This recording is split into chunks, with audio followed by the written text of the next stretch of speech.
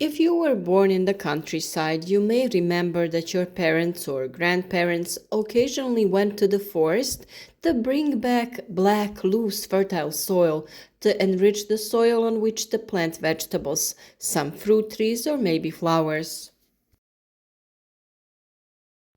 In the forest, but also in nature in general, leaves fall to the ground in autumn, rot and turn into natural compost, a nutritious soil that allows life in the forest to constantly flourish.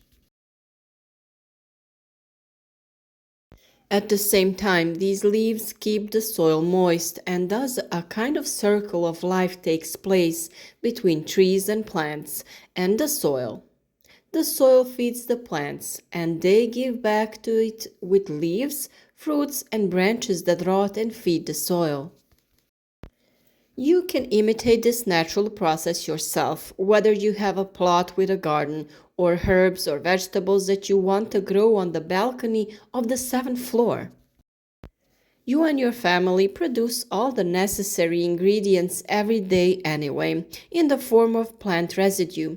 So why not use them as a raw material that will be turned into valuable fertilizer or planting soil by composting? So, what is composting? It's at the same time one of the simplest but also the most useful elements of gardening. In short, it is about the preparation of compost through a natural process of decomposition of organic material with the aim of creating homemade ecological fertilizer. In today's video, we will talk about how you can start composting, depending on where and how you live and what kind of garden you really want. If you have a garden to plant in, making homemade compost will definitely help keep it healthy and strong. On the other hand, if you have a compost bin, chances are good that you already have compost ready. Apply it to the clean beds in a layer of several centimeters. If you don't have your own compost yet, this time manure will do as well. After raking in the compost or manure, apply a good layer of straw on top. Snow, rain and cold will do the rest of the work for you until spring.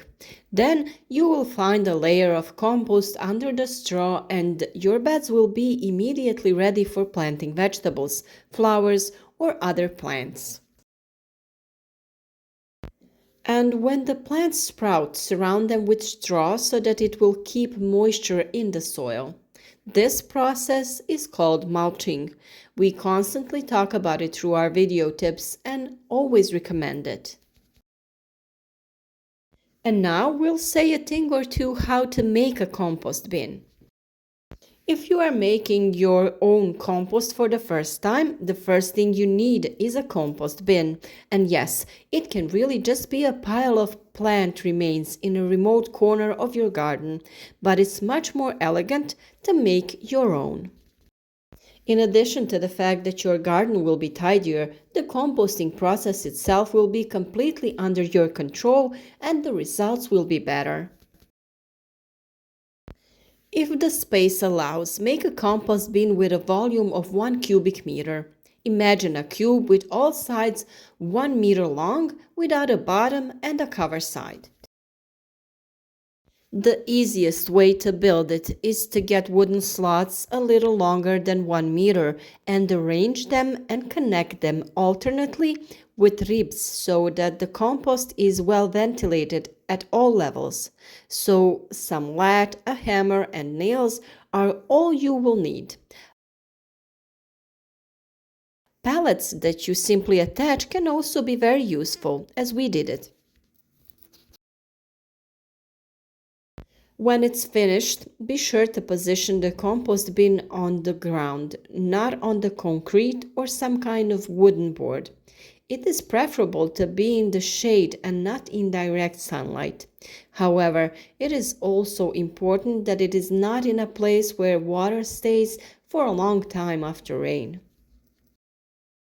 We made 3 sections in our compost bin, but we will talk about it more later. So let's start preparing the compost. Natural ingredients for compost are very simply divided into greens and browns. The green ingredients are grass clippings, weeds, vegetable scraps, herbaceous garden plants, kitchen waste. The brown ingredients are branches, roots, cardboard, newspaper, dry leaves, and straw. The key to preparing good compost is the mutual ratio of green, that is moist, and brown, that is dry ingredients. Green ingredients in the compost bring nitrogen and brown ones bring carbon. The recommended ratio is 3 to 1 or 2 to 1 in favor of brown ingredients. It is important that the compost be optimally moist. If it is too wet, add brown ingredients, and if it is too dry, add green ingredients or water. Preparing the ingredients for compost is very simple, and one of the most important rules is to chop up everything you can, either with your hands or with garden shears. Big parts need much more time to dissolve. And so now you have a compost bin and you are filling it with ingredients. If you fill it with ingredients day after day, it is preferable to air it only occasionally. Take a pitchfork, shovel, or some kind of stick and simply mix the mass. This is where composting with partitions comes into play. When the content of the first cube is halfway done, it is transferred to the middle in order to add new ingredients to the first cube.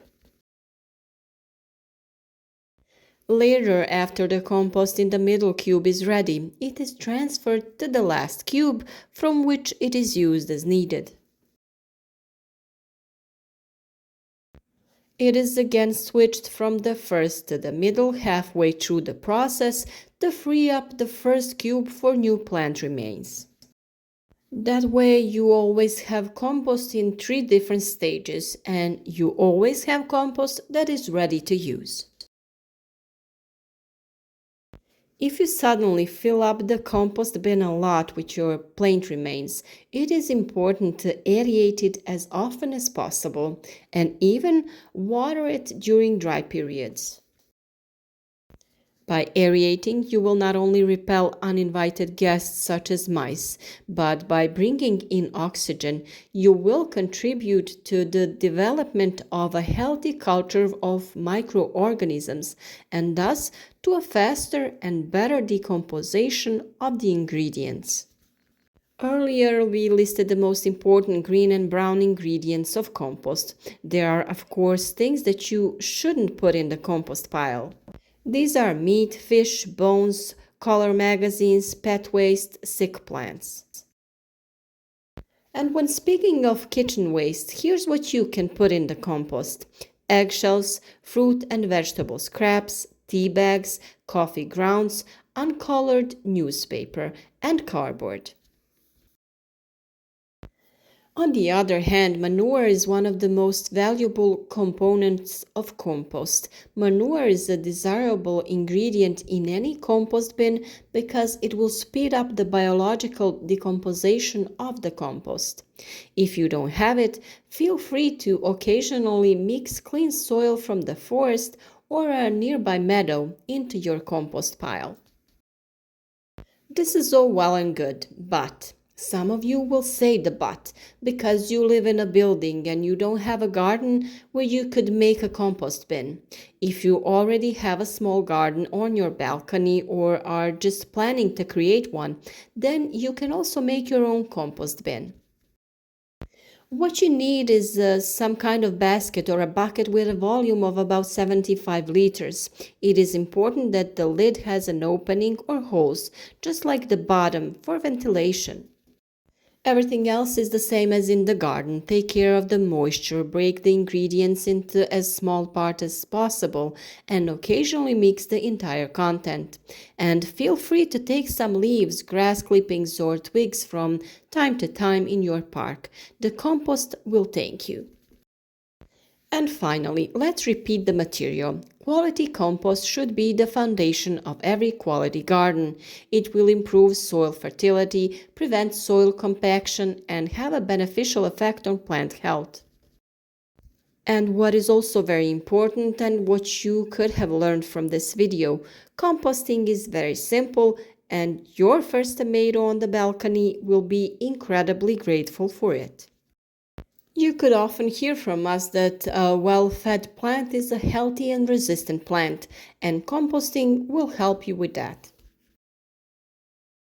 We invite you to follow our advice regularly to make your gardening adventure as successful as possible and reward our effort with a like, write us your experience in the comments, and enjoy your healthy plants.